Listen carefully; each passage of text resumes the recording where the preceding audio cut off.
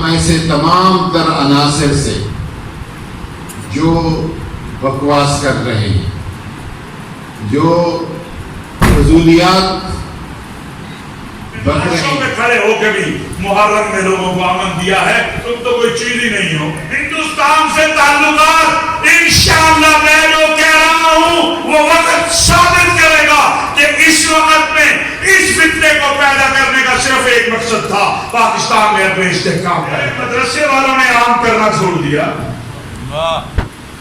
کل پوری کائنات میں علماء اہل سنت بریلوی مکتبہ فکر نے مشائخ نے متفقہ طور پر تجھے اہل سنت سے نکال دیا. بہت اچھا.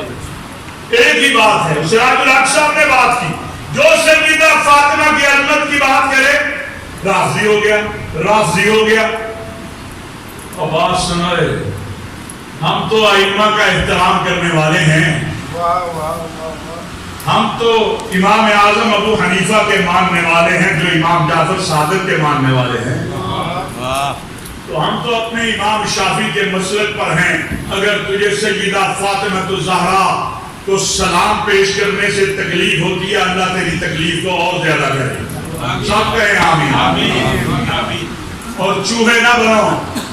علماء اہل سنت، علماء اہل تشیع تمام مکاتب فکر میدان میں ہیں. اور آج میں کہنا چاہتا ہوں، اللہ کی قسم تم مباہلہ چاہتے ہو، مناظرہ چاہتے ہو، جہاں چاہتے ہو ہم حاضر ہیں، آؤ میدان لگاؤ.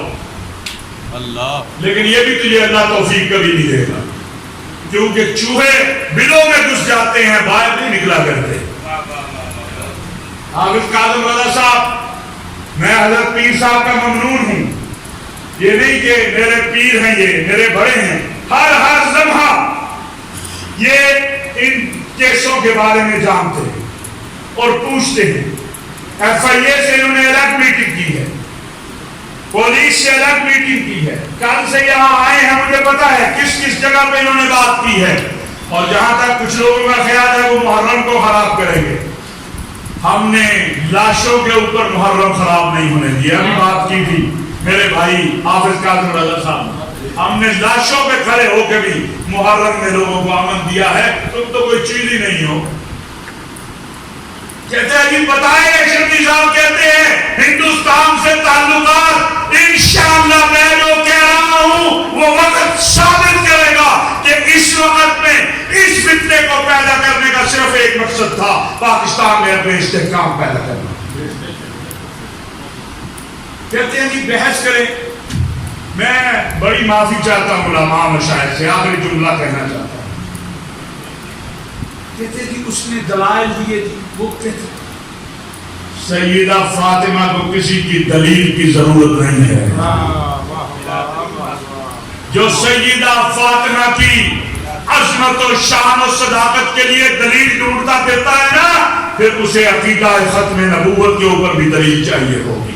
اور امام اعظم ابو حنیفہ رحمت اللہ علیہ کا یہ فرمان ہے کہ کوئی شخص آ کے یہ دعویٰ کرے کہ میں نبی ہوں، جو شخص اس سے دلیل مانگے وہ بھی کافر ہو جائے گا. بہت اچھا. اور جہاں تک بات ہے، میں اس سے تھوڑا اوپر جا کے سوچتا ہوں، معافی چاہتا ہوں مفتیان سے.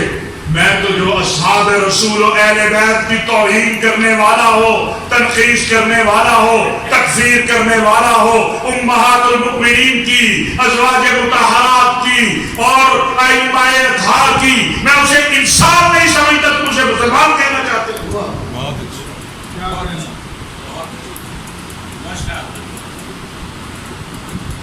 امت کے بہترین لوگ جن کو اللہ کے نبی کے ہاتھ پہ کلمہ پڑھنا میسر آیا، آج تم ان پہ بات کرو گے.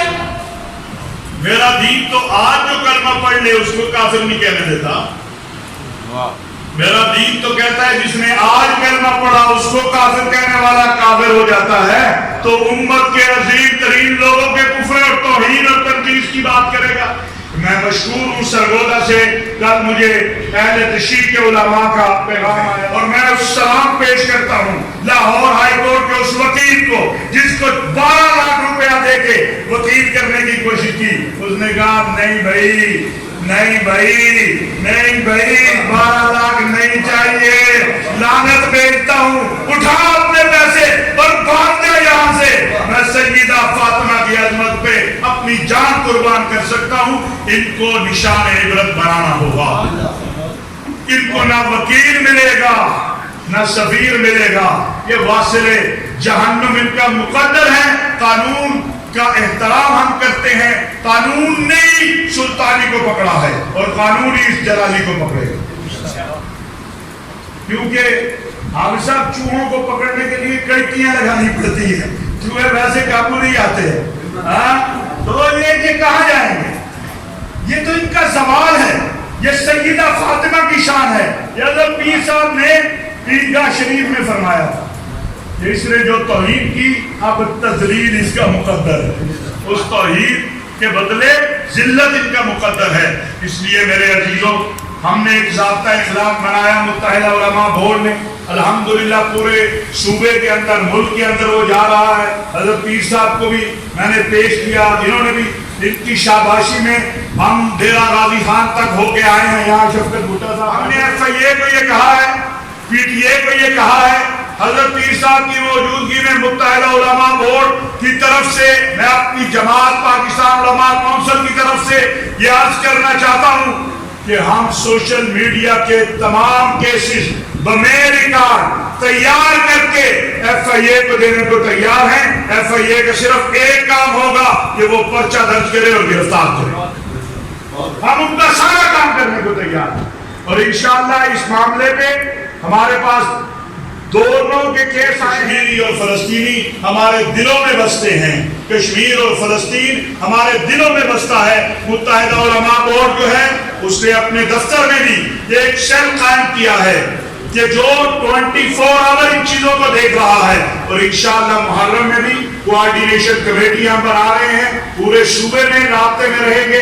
یہ حافظ کاظم رضا صاحب موجود ہیں، علامہ محمد حسین اکبر صاحب موجود ہیں، ہمارے پیر صاحب موجود ہیں، سید ضیاء اللہ شاہ صاحب بخاری موجود ہیں، یہ سب حضرات میں نے گفتگو کا وہ پیش کر کے میں وزارت پیر ڈاکٹر مبارک قادری صاحب کی خدمت پیش کرنا چاہتا ہوں۔ تفصیلات میں نہیں جانا چاہتا، کافی وقت گزر چکا، میں سب کا شکر گزار ہوں۔